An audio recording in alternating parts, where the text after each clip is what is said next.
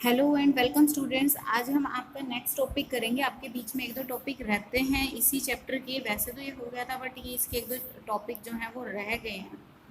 एक है relative velocity in a plane. Relative velocity in a plane यानी कि एक रिलेटिव का क्या मतलब है, एक दूसरे के रिलेशन में जो वेलोसिटी आती है उसे हम रिलेटिव वेलोसिटी बोलते हैं। Relative velocity in a plane का मतलब है कि अगर कोई दो जो मान लीजिए आपके ऑब्जेक्ट्स हैं वो मूव कर रहे हैं एक सर्टेन वेलोसिटी के साथ, तो उन दोनों ऑब्जेक्ट्स की वेलोसिटी एक दूसरे के विद रिस्पेक्ट में क्या होगी, वो होती है आपकी रिलेटिव वेलोसिटी। और हम जब इसको प्लेन में स्टडी करते हैं तो हम इसे कहते हैं relative velocity in a plane. जैसे मान लीजिए आपके दो ऑब्जेक्ट्स हैं वो मूव कर रहे हैं, एक इस डायरेक्शन में मूव कर रहा है वी ए वेलोसिटी के साथ, या कह लीजिए कि ये जो है वो वी ए वेलोसिटी के साथ मूव कर रहा है और ये वी बी वेलोसिटी के साथ इस डायरेक्शन में मूव कर रहा है। दोनों जो है एक एंगल बना रहे हैं थीटा, इन दोनों के बीच का एंगल जो है वो थीटा है।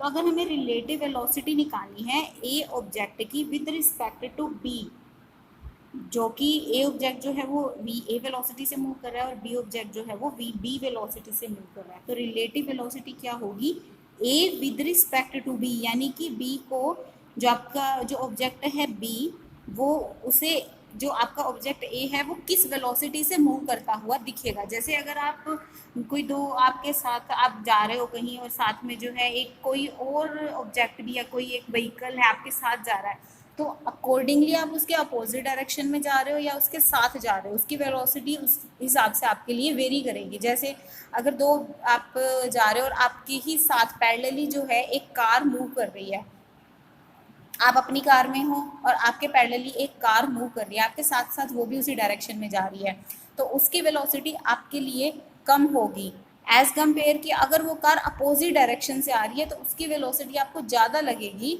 अगर वेलोसिटी हो सकता है कि उसकी भी उतनी ही हो, मान लीजिए आपकी वेलोसिटी 40 है और साथ वाली कार की वेलोसिटी 60 है, लेकिन वो आपको ज़्यादा तेज़ नहीं लगेगी एज कम्पेयर टू अगर सामने से कोई कार 60 की स्पीड से आ रही है। तो ये होती है आपकी रिलेटिव वेलोसिटी, जो आपके रिलेशन में जो है आपको दूसरे ऑब्जेक्ट की वेलोसिटी कितनी फील हो रही है वो होती है आपकी रिलेटिव वेलोसिटी। तो मान लीजिए जैसे आपके दो ऑब्जेक्ट्स हैं, एक वी ए वेलोसिटी के साथ मूव कर रहा है, एक वी बी वेलोसिटी के साथ मूव कर रहा है, तो जो ए की वेलोसिटी होगी विद रिस्पेक्ट टू बी, यानी कि बी को इसे ऐसे ही लिखना होगा, जहाँ पर विद रिस्पेक्ट टू वाली बात आती है वो बाद में लिखा जाएगा और जिसकी निकालनी है वो पहले लिखा जाएगा। तो velocity of A with respect to B, यानी कि बी के लिए ए की वेलोसिटी क्या होगी, बी के हिसाब से ए किस वेलोसिटी से मूव करेगा वो होगी रिलेटिव वेलोसिटी। उसे हम कैसे लिखेंगे, V A plus V minus of V B, क्योंकि जब एक ही डायरेक्शन में जब हम मूव करते हैं तो हमारे लिए वेलोसिटी की वैल्यू उतनी नहीं होती, वेलोसिटी कम होती है, क्योंकि 40 की स्पीड अगर हम जा रहे हैं और 60 की स्पीड से कोई और व्हीकल हमारे साथ जा रहा है तो हमारे लिए तो ऑलमोस्ट वो 20 की स्पीड से जा रहा है, क्योंकि 40 की स्पीड तो हमारी भी है, डिफरेंस जो है वो बहुत कम है।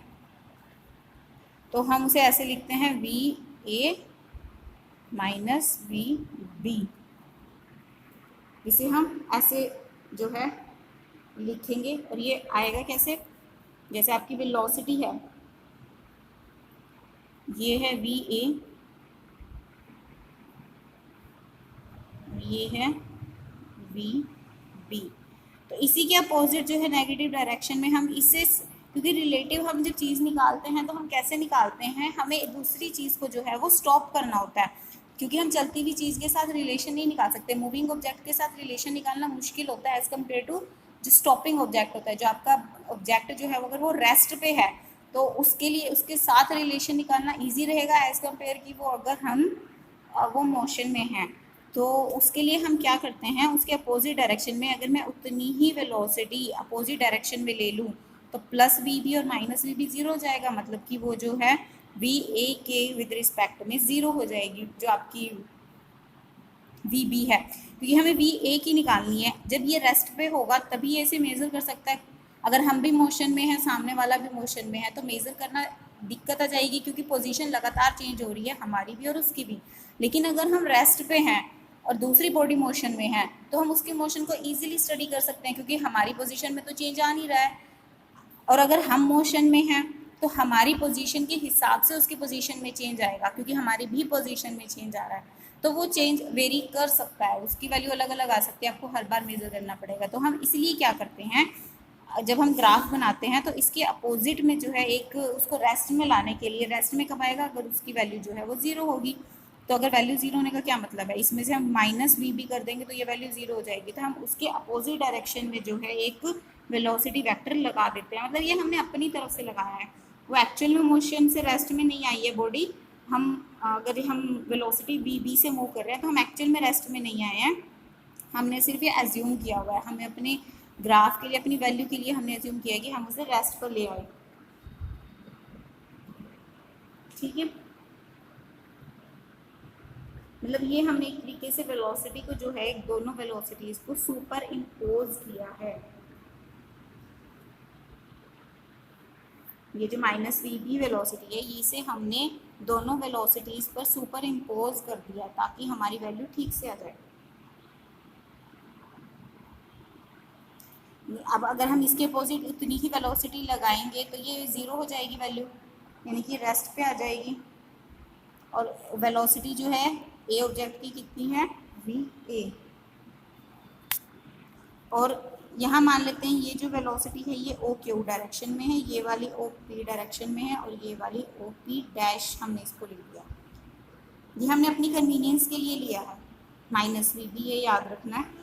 तो जो इनका रिजल्टेंट बनेगा ये इस डायरेक्शन में है, ये इस डायरेक्शन में है। अगर हम पैरेललोग्राम लॉ लगाते हैं तो ये जो इसका रिजल्टेंट बनेगा वो इस डायरेक्शन में होगा, यानी कि वी ए बी जो है वो इस डायरेक्शन में अप्लाई होगा, और पैरेललोग्राम ये यहाँ पर बन ही जाएगा। ये दोनों वेक्टर्स जो हैं वी ए और वी बी वेलोसिटी वेक्टर, ये एंगल थीटा बना रहे थे। अब ये थीटा है और ये पूरा एंगल हमें पता है स्ट्रेट लाइन का 180 होता है, तो ये जो बचा हुआ एंगल है यहाँ से यहाँ तक का वो कितना हो जाएगा, 180 माइनस थीटा। ये इस तरीके से है, यहाँ पर है, हमने इसके अपोजिट जो है वी बी लगाया है, अप्लाई किया है, तो ये एंगल थीटा है, तो ये पूरा एंगल क्या हो जाएगा, 180 माइनस थीटा, क्योंकि एक स्ट्रेट लाइन जो है 180 का एंगल बनाती है, तो ये हो जाएगा 180 माइनस थीटा, वो ये एंगल है।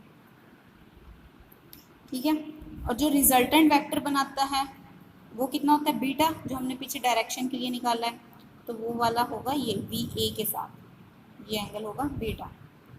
हम ऐसे ही लेते आए हैं अभी तक कि ये वेक्टर ए है, ये वेक्टर बी है, ये रिजल्टेंट है, ये एंगल जो है ये इसके साथ बीटा एंगल बना रहा है। रिजल्टेंट का जो है ए वेक्टर के साथ एंगल क्या होता था, बीटा, वो एंगल यहाँ पर ये है, क्योंकि बी ए वेक्टर यहाँ पर ये दिया हुआ है, तो इसके साथ हमारा एंगल आ गया बीटा।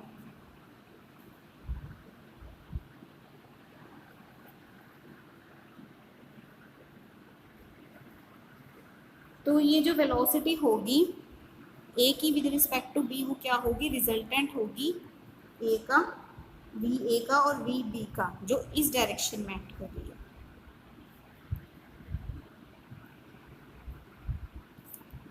क्योंकि ये तो इधर जा रहा है, लेकिन इन दोनों का रिजल्टेंट जो है, इन दोनों की वेलोसिटी आ जाएगी। ये हमारे लिए कैलकुलेशन करना इजी हो जाता है, हम इसलिए माइनस वी भी लिख देते हैं यहाँ पर। अब हमें पता है कि पैरेललोग्राम लॉ से हमें ये पता है कि जो रिजल्टेंट वेक्टर होता है, रिजल्टेंट हम कैसे निकालते हैं, जो हमने ट्रायंगल और पैरेललोग्राम लॉ किए हैं उसमें रिजल्टेंट कैसे निकालते हैं, A square plus B square plus 2ab cos theta, ये फॉर्मूला होता है। यहाँ पर रिजल्टेंट वेक्टर क्या है, बी ए बी। इस ग्राफ को आप इस डायग्राम को एक बार फिर से समझ लीजिए। दो वेक्टर्स हैं, वेलोसिटी वेक्टर, एक ऑब्जेक्ट इस डायरेक्शन में जा रहा है, एक ऑब्जेक्ट इस डायरेक्शन में जा रहा है, दोनों के बीच का एंगल है थीटा। हमने क्या किया है, उसकी वेलोसिटी निकालने के लिए हमें एक बॉडी को रेस्ट पर मानना होगा, ताकि हम दूसरे के विद रिस्पेक्ट में अपनी वेलोसिटी निकाल सकें। हमें ये जो हम ये अपोजिट डायरेक्शन में लगाते हैं ना, ये हम दोनों के ऊपर अप्लाई होता है, ये इसके होता है इसके अपोजिट है, लेकिन अप्लाई ये दोनों पर होता है। माइनस वी बी, ये पी डायरेक्शन में है, ये पी डैश डायरेक्शन में है, ये एंगल हो जाएगा 180 माइनस थीटा, यानी कि जो माइनस वी बी के साथ एंगल बनेगा वो वैल्यू सेम ही आएगी। आप इधर से निकाल लो चाहे इधर से निकाल लो, वैल्यू सेम आएगी, यहाँ से कैलकुलेशन ईजी हो जाती है। अब वी ए और माइनस वी बी का जो रिजल्टेंट होगा वो क्या होगा, वो इस डायरेक्शन में लगेगा, पैरेललोग्राम लॉ यहाँ पर अप्लाई होगा, जिसकी वैल्यू होगी वी ए बी, ए की velocity with respect to B, और ये जो है ये इसके साथ एंगल बनाएगा बीटा। ठीक है, ये आपका पैरेललोग्राम बन जाएगा। रिजल्टेंट की वैल्यू हमें पता ही होती है, यहाँ पर रिजल्टेंट क्या है वी ए बी, तो यहाँ पर आ जाएगा वी ए बी। वेक्टर की जगह हम वेलोसिटी वेक्टर लेंगे, वी ए का स्क्वायर प्लस वी बी का स्क्वायर प्लस 2 इंटू में V A V B, cos theta की जगह आ जाएगा कोस ऑफ 180 माइनस थीटा, क्योंकि वहाँ पर एंगल थीटा बन रहा था और यहाँ पर हम एंगल ले रहे हैं 180 माइनस थीटा, इसलिए यहाँ पर यह आएगा। और कोस 180 माइनस थीटा जो होता है वो होता है minus cos theta. Third quadrant में ये एक्ट करता है, तो इसकी वैल्यू आ जाएगी हमारे पास V A square plus V B square minus 2 into में V A V B cos theta. मतलब ये चेंज नहीं होगा इसका एंगल में। जैसे हमें पता है कि साइन 90 या साइन 90 माइनस थीटा क्या होता है, कोस थीटा होता है, या कोस 90 माइनस थीटा क्या होता है, साइन थीटा होता है। 90 में जो है कोस साइन में, साइन कोस में कन्वर्ट हो जाता है, लेकिन अगर हम 180 की बात करें, 180 एंगल पर जो है इनकी वैल्यू में चेंज नहीं आता। मतलब अगर वो साइन का फंक्शन है तो वो साइन का ही रहेगा, अगर वो कोस का फंक्शन है तो वो कोस का ही रहेगा, लेकिन साइन का फंक्शन जो है वो पॉजिटिव फॉर्म में आता है और कोस का जो है उसके आगे नेगेटिव लगता है, क्योंकि कोस की वैल्यू 180 से 270 के बीच में नेगेटिव होती है, इसलिए कोस के आगे, कोस के एंगल के आगे हमेशा नेगेटिव साइन लगेगा। और जो साइन होता है इसकी वैल्यू जो होती है वो पॉजिटिव होती है। ये उसके ऊपर डिपेंड करता है कि आपके जो कोस थीटा साइन थीटा इनकी वैल्यू किस क्वाड्रेंट में कैसी है। हमारे 4 क्वाड्रेंट्स होते हैं, हमें पता है एक सर्कल के ऊपर एंगल जो होता है वो 360 डिग्री बनता है, कंप्लीट एंगल बोलते हैं हम उसको, वो एक कंप्लीट एंगल होता है। जैसे यहाँ आपका एंगल होगा 0 डिग्री, कोई ऑब्जेक्ट यहाँ से स्टार्ट हुआ है। ये जो कोस और साइन होते हैं ना, ये सर्कुलर मोशन के होते हैं, वैसे जो आपकी बेस होती हैं और उसमें आते हैं ये वैल्यूज जो होती हैं, क्योंकि थीटा एंगल हमारा सर्कल में एक्ट होता है। थीटा का क्या मतलब है, angle subtended at the circle, centre of the sphere या सर्कल के सेंटर पे जो एंगल होगा।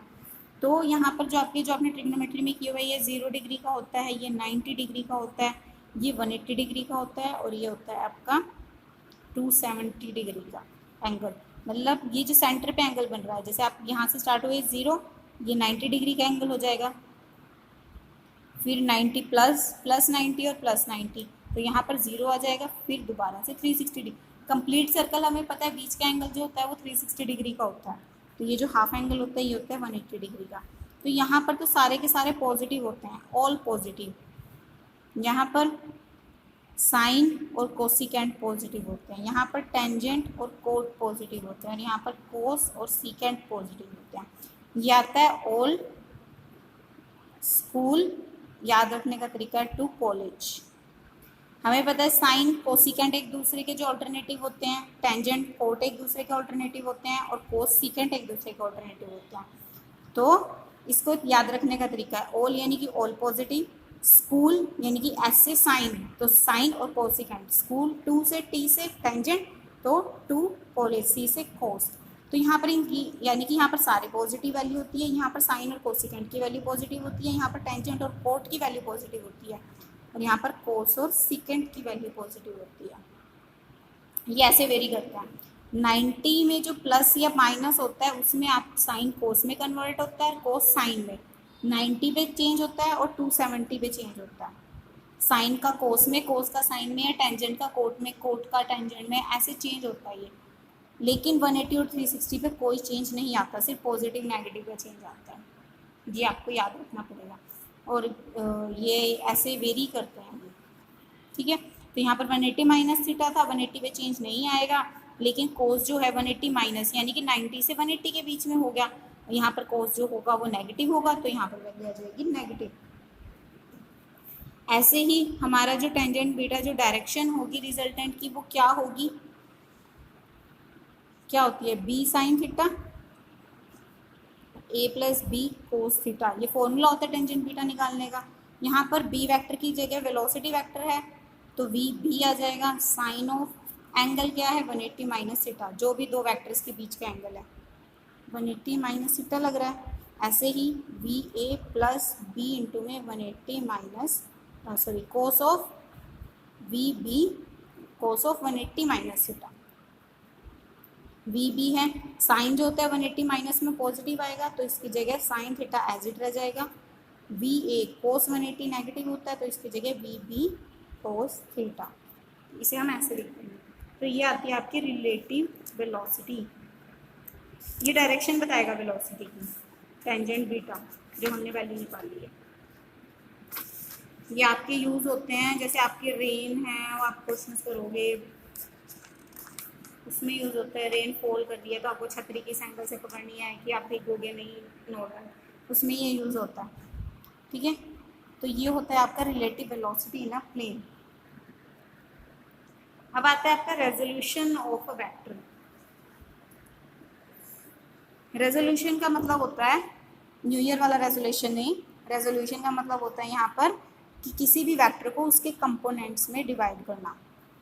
जैसे अभी तक हम रिजल्टेंट लेकर चल रहे थे ना, दो वेक्टर्स को एक कंबाइंड इफेक्ट लेकर चल रहे थे अलोंग द रिजल्टेंट, ऐसे ही आपका रेजोल्यूशन होता है कि एक रिजल्टेंट वेक्टर है वो उसकी वैल्यू ज़्यादा है, उसके ऊपर एक्ट करने की बजाय हम उसे कंपोनेंट्स में डिवाइड कर देते हैं। ये रिजल्टेंट का जस्ट अपोजिट है। जैसे आपका ये रिजल्टेंट एक्ट कर रहा है, अभी तक तो हम उसको कंबाइन करके चल रहे थे लेकिन अब हम उसको डिवाइड करके चलेंगे। ये आपका रिजल्टेंट है, मान लीजिए आर रिजल्टेंट है, तो इसको अगर हमें रिजोल्व करना है तो हम इसे दो पार्ट्स में रिजोल्व कर देंगे कि इसका एक जो है इसका कंपोनेंट वो इस डायरेक्शन में एक्ट कर रहा है और एक जो है वो इसका इस डायरेक्शन में एक्ट कर रहा है। तो हमने इसको रिजोल्व कर दिया। इसका डेफिनेशन क्या है? It is the process of splitting of a single vector into two or more vectors in different directions, which together produce the same effect as is produced by the single vector alone. The vectors into which the given single vector is split is called component vectors. तो हमने जो है इसको component vectors में divide कर दिया। जैसे आपका ये resultant vector है, हमने इसको दो vectors में divide कर दिया, एक इस direction में और एक इस direction में। ये जस्ट आपका रिजल्टेंट वेक्टर का अपोजिट है। जैसे उसमें हमने दो वेक्टर्स लिए थे, उन दोनों का रिजल्टेंट लिया था a प्लस बी, यहाँ पर एक रिजल्टेंट लिया है एक वेक्टर, उसके दो कंपोनेंट्स हमने उसमें डिवाइड कर दिए। ठीक है, इसमें अब जैसे नेक्स्ट में हमने किया हुआ है कि consider a given vector R है, has to be resolve into two component vector so that one component जो है वो डायरेक्शन ऑफ ए में एक्ट करेगा और अदर कंपोनेंट बी डायरेक्शन में होगा। तो जो आपका रिजल्टेंट होता है वो हमेशा एक सीरीज़ के बाद एक अपोजिट डायरेक्शन में एक्ट करता है, तो वो ऐसे ही हम लगाएंगे, इसकी डायरेक्शन ये है, इसकी डायरेक्शन ये है, तो ये तो है एक कॉन्टीन्यूटी में, ये इधर ये इधर और ये इधर, ऐसे लग जाएगा।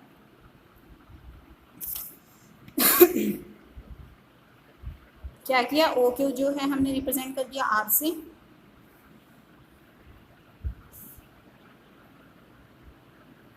ए के वेक्टर हमने एक लाइन जो है ड्रॉ कर दी पैरेलल में from Q, sorry from O, O से हमने जो ए के पैरेलल में एक लाइन ड्रॉ कर दी और क्यू से जो है हमने बी के पैरेलल में एक लाइन ड्रॉ कर दी। हमने मान लिया ये दोनों इंटरसेक्ट कर रहे हैं पॉइंट पी के ऊपर, जैसा इस फिगर में दिखाया हुआ है। तो ओ क्यू रिजल्टेंट वेक्टर किसके इक्वल होगा, O P plus P Q के, जैसा आपका रिजल्टेंट वेक्टर पहले था वही वैल्यू आएगी इसकी। तो यानी कि ओ पी और पी क्यू जो हैं इसके दो कंपोनेंट वेक्टर्स हो गए हैं आर के, जिसकी वैल्यू क्या आ जाएगी, R is equal to A plus B की इक्वल है, तो यहाँ पर ओ क्यू किसके इक्वल आ जाएगा, जो उसको डिनोट करेंगे एक्सिस कोऑर्डिनेट्स ओ पी और पी क्यू। ठीक है, therefore O P and P Q are two component vectors of R in the direction of A and B. तो ये ए और बी की डायरेक्शन में है। अगर हम मान लें कि ओ पी जो है वो एम ए है, यानी कि हमने एक रियल नंबर से इसको मल्टीप्लाई कर दिया, ये सिंगल वेक्टर नहीं है, इसको रियल नंबर से हमने मल्टीप्लाई कर दिया, यानी कि इसकी वैल्यू जो है वो थोड़ी बड़ी है, और पी क्यू जो है वो एन बी है। ये एम और एन जो है रियल नंबर है, जैसे हमने पीछे किया था ना वेक्टर्स को रियल नंबर से मल्टीप्लाई करने का, ये वही है।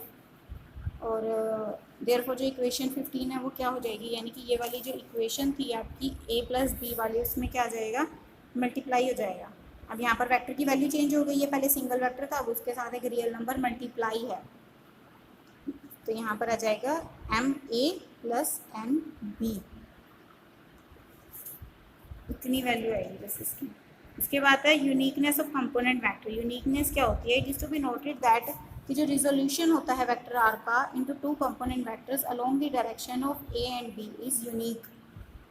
यानी कि सिर्फ एक ही पेयर जो है एम और एन का वो सेटिस्फाई करेगा इस इक्वेशन को। ये वैल्यू आप, ये नहीं है कि आप कुछ भी वैल्यू रखोगे तो उसके रिजल्टेंट जो है उसके रिजोल्व कंपोनेंट वेक्टर्स आपको मिल जाएंगे। कोई भी एक सिंगल वैल्यू जो है आपको ये इक्वेशन देगी, ये वैल्यू चेंज नहीं हो सकती, ये एक पर्टिकुलर नंबर होगा। जैसे आपका वेक्टर है, कोई फोर्स लग रही है 10 न्यूटन की, आपका रिजल्टेंट वेक्टर है मान लीजिए आपका 50 न्यूटन का जो है एक डायरेक्शन में रिजल्टेंट में फोर्स लग रही है, इसकी डायरेक्शन ये है जो आप ऑब्जेक्ट मूव करेगा फोर्स लगाने के बाद। तो जो एक ही डायरेक्शन में फोर्स लगेगी, एक्स डायरेक्शन में लगा लो या इस डायरेक्शन में जो फोर्स लगेगी, मान लो इस डायरेक्शन में फोर्स लगा रहा है 20 और इस डायरेक्शन में जो है 30, तभी तो सम 50 आएगा इस डायरेक्शन में। तो इधर 30 लग रहा है, इधर 20 लग रहा है। लेकिन अगर ये रिजल्टेंट फोर्स हमारी बढ़ जाती है, 50 से 100 हो जाती है, तो मान लो हमने यहाँ पर इसका 2 से मल्टीप्लाई किया है और यहाँ पर भी हमने 100 की बजाय मान लो 120 हो जाती है। हमने जो ये फोर्स थी, फोर्स बढ़ा दी है हमने रिजल्टेंट, तो उसके कंपोनेंट्स में चेंज आ जाएगा। पहले जो 20 और 30 में थे, अब वो 120 को हमें रिजोल्व करना है। हमने एक्स डायरेक्शन में चेंज लाया है 40 का, ये कह दो 60 का चेंज हमने यहाँ पे लाए हैं हम। हाँ, 3 से इसे मल्टीप्लाई कर दो, 2 से इसे मल्टीप्लाई कर दो कि हमने इसका जो क्यू डायरेक्शन में जो फोर्स लग रही थी वो हमने पहले से डबल कर दी है और जो पी डायरेक्शन में फोर्स लग रही थी वो हमने 3 गुनी कर दिया पहले से। तो ये जो इक्वेशन है M N plus M A, यानी कि पहले मान लो हमारे पास रिजल्टेंट फोर्स थी 50, तो हमने पी डायरेक्शन में क्या लग रही थी 20 और क्यू डायरेक्शन में लग रही थी 30, जो ए और बी हमने लिए हुए थे। फिर हमने ये फोर्स बढ़ा दी 120, तो यहाँ पर रिजल्टेंट तो 120 हो गया।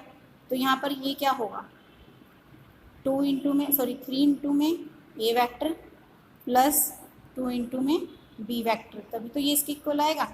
ए वैक्टर कितना है 20, 3 इंटू में 20 हो जाएगा प्लस 2 इंटू में 30 हो जाएगा, 60 प्लस 60 120 आ जाएगा, क्योंकि इफेक्ट तो सेम ही होगा दोनों का। तो यहाँ पर इसकी वैल्यू ये आ जाएगी। ठीक है, तो इसका मतलब इसी का यही मतलब है कि जो यूनिकनेस है कंपोनेंट्स की, ये कंपोनेंट जो है वो एक ही जो है ये वैल्यू इसको डिफाइन करेंगी।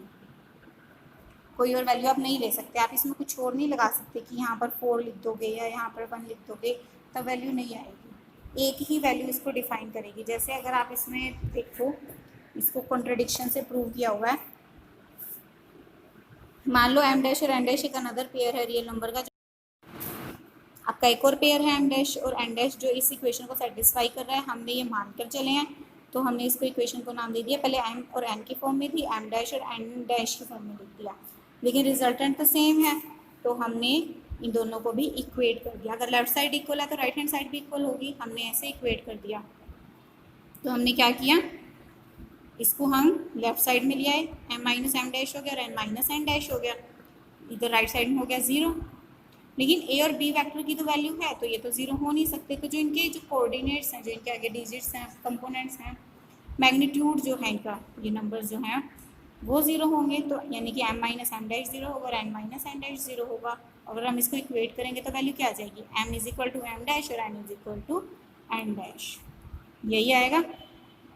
तो hence there is one and only one way in which a vector can be resolved into two component vectors along the directions of two given vectors। तो सिर्फ एक ही वे है हम जिसमें इसको रिजोल्व कर सकते हैं, कोई और वे नहीं है। ठीक है, नेक्स्ट आपका टॉपिक है rectangular components of vector. Rectangular component of vector का क्या होता है कि when a vector in a plane is splitted into two component vectors at right angles to each other, component vectors are called rectangular. जो आपके coordinates आप करते आए हो ना, एक्स वाई जेड कोऑर्डिनेट्स, उसके पैरेलल में अगर आप, यानी कि उसकी डायरेक्शन में अगर आप किसी भी वेक्टर के कंपोनेंट्स को डिवाइड कर रहे हो, क्योंकि ये तीनों को आपको पता है, तीनों जो कोऑर्डिनेट्स होते हैं ये आपके एक्स वाई जेड कोऑर्डिनेट्स एक दूसरे के परपेंडिकुलर होते हैं, परपेंडिकुलर कोऑर्डिनेट्स होते हैं ये। तो ये तो आपके 3D में हो गए। अगर आप एक प्लेन की बात करोगे तो आप सिर्फ दो कोऑर्डिनेट्स लेकर चलते हो, एक्स और वाई, और जो दो एक दूसरे के परपेंडिकुलर होते हैं। तो जो इनकी डायरेक्शन में आप रेक्टेंगुलर कंपोनेंट्स को डिवाइड करते हो परपेंडिकुलर डायरेक्शंस में, तो उन्हें हम बोलते हैं rectangular components of a vector. जैसे आपका ये वेक्टर है, ए वेक्टर है, ठीक है, इसका एक्स डायरेक्शन में जो कंपोनेंट होगा उसे हम डिनोट करेंगे ए एक्स से, और वाई डायरेक्शन वाले को ए वाई से। ये मान लीजिए ओ आर के अलोंग एक्ट कर रहा है, ये ओ पी के अलोंग है, और ये ओ क्यू के अलोंग है। ये आपकी एक्स एक्सिस है, ये आपकी वाई एक्सिस है। तो इसको अगर हम ज्वाइन कर दें ऐसे, तो ये आपका एक स्फीयर बन जाएगा। ट्रायंगल ऑफ एक्रीडिशन अगर हम लगा देते हैं कि जो ओ आर वेक्टर होगा वो किसके इक्वल होगा, इन दोनों वेक्टर्स के सम के इक्वल होगा। ओ पी वेक्टर प्लस ये ओ है, ये पी है और ये आर है, तो ओ आर वेक्टर के इसके इक्वल होगा O P plus O Q vector. O P के अलोंग इसका कंपोनेंट क्या है, ए एक्स, और ओ क्यू के अलोंग क्या है, ए वाई। ये वही है, रेजोल्यूशन ऑफ वेक्टर ही है ये, बट ये परपेंडिकुलर डायरेक्शन में जो है कितने कौन से कंपोनेंट एक्ट करेंगे ये वो है। और इन्हीं के अलोंग जो हम यूनिट वेक्टर लेते हैं डायरेक्शन शो करने के लिए, वो हम लेते हैं, अगर हमें ए एक्स यूनिट वेक्टर की फॉर्म में निकालना है तो वो कैसे निकलेगा, इसका मैग्नीट्यूड, क्योंकि ये जो वेक्टर है ये आपको डायरेक्शन भी बता रहे हैं, कंप्लीट वेक्टर है, लेकिन अगर हमें यूनिट वेक्टर के साथ मल्टीप्लाई करना है तो इसका मैग्नीट्यूड लेंगे, और साथ में यूनिट वेक्टर आई, एक्स के along unit vector I act करता है, ऐसे ही वाई के अलोंग जो है आपका यूनिट वेक्टर जे एक्ट करता है, ठीक है। तो जो ए वेक्टर होगा उसके कंपोनेंट्स क्या आ जाएंगे, ए x I plus A Y जे, ये होंगे इसके कंपोनेंट्स। और अगर हम इस ट्रायंगल की बात करें ओ आर पी की, दोनों के बीच में एंगल है थीटा, रिजल्टेंट के साथ जो है इसका कंपोनेंट का जो है, तो ये तो थीटा एंगल बना रहा है। यहाँ से अगर हम कोस थीटा निकालना चाहें तो कोस थीटा की वैल्यू क्या होगी, बेस ओवर में हाइपो, बेस कितना है हमारा ओ पी, और हाइपोटेन्यूज कितना है ओ आर, तो ओ पी की वैल्यू क्या आ जाएगी, ओ आर कोस थीटा, यही आएगी। तो ए एक्स कंपोनेंट की वैल्यू क्या आ जाएगी, ओ पी हमारा ए एक्स के इक्वल है, और ओ आर हमारा ए है, ए कोस थीटा। ऐसे ही अगर हम यहाँ से साइन थीटा की वैल्यू निकालना चाहें तो क्या आ जाएगी, परपेंडिकुलर क्या है आर पी, जो किसके पैरेलल है, ओ क्यू के, तो ये दोनों पैरेलल भी हैं और इक्वल मैग्नीट्यूड में है, तो हम इसे ए वाई लिख सकते हैं, तो हम इसको ओ क्यू भी लिख सकते हैं, ओ पी आर लिख दो चाहे ओ क्यू लिख दो, क्योंकि दोनों सेम है। जो आपका स्क्वायर होता है या रेक्टेंगल होता है उसके अपोजिट साइड इक्वल होती है, तो वही यहाँ पर है, तो O Q divided by O R आ जाएगा, और यहाँ से ओ क्यू की वैल्यू क्या आ जाएगी, O R sine of theta. O Q कितना है आपका ए वाई, तो यहाँ पर आ जाएगा ए वाई, ओ आर कितना है ए, और ये साइन थीटा, ये ए एक्स और ए वाई की वैल्यूज आ गई। और अगर हमें इसका मैग्नीट्यूड निकालना है, ये जो वेक्टर है इसका मैग्नीट्यूड निकालना है, तो वो कैसे निकलेगा, इसके कंपोनेंट्स के स्क्वायर के इक्वल आएगा, तो जो इसकी वैल्यू आएगी वो क्या आएगी, ए एक्स प्लस ए वाई, ठीक है। इसका मैग्नीट्यूड निकालने का तरीका है जो आप यूनिट वेक्टर में भी करते हैं। ये तो इसका मैग्नीट्यूड आ गया, और इसकी डायरेक्शन निकालनी हो टेंजेंट थीटा, ये एंगल के साथ परपेंडिकुलर कितना है ए वाई, बेस कितना है ए एक्स, तो ये डायरेक्शन के लिए, ये इसका मैग्नीट्यूड है, ये इसकी डायरेक्शन है, ठीक है। और 3 डायमेंशंस की अगर हम बात करेंगे तो 2 डायमेंशन में था, 3 डायमेंशन में जो है एक जेड कंपोनेंट और ऐड हो जाएगा, तो उस केस में जो आपका ए वेक्टर होगा वो क्या होगा, ए x I plus A Y J plus A Z के। जैसे आपका वेलोसिटी वेक्टर है उसे हमने 3 कंपोनेंट्स में डिवाइड करना है, तो V X I plus V Y J plus V Z के, और जो उसका मैग्नीट्यूड होगा वो कैसे आएगा, इसकी अगर हमें मैग्नीट्यूड की वैल्यू निकालनी है तो V X square plus V Y square और प्लस वी जेड स्क्र, यानी कि जो जो कंपोनेंट्स उसके जिस जिस डायरेक्शन में जितने भी हैं वैल्यू, उसका स्क्वायर अगर हम कर देंगे तो हमारी वैल्यू आ जाएगी।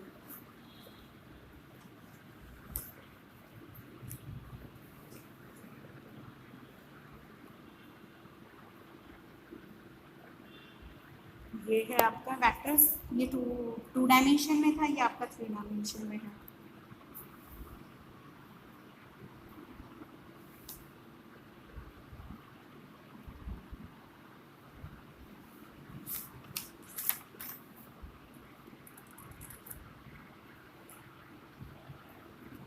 इसमें अगर कुछ नहीं समझ आया तो आप पूछ सकते हैं। और ये आपका चैप्टर, ये वाला चैप्टर आपका ख़त्म हो चुका है फाइनली, और अब हम नेक्स्ट चैप्टर कल से स्टार्ट करेंगे। Thank you.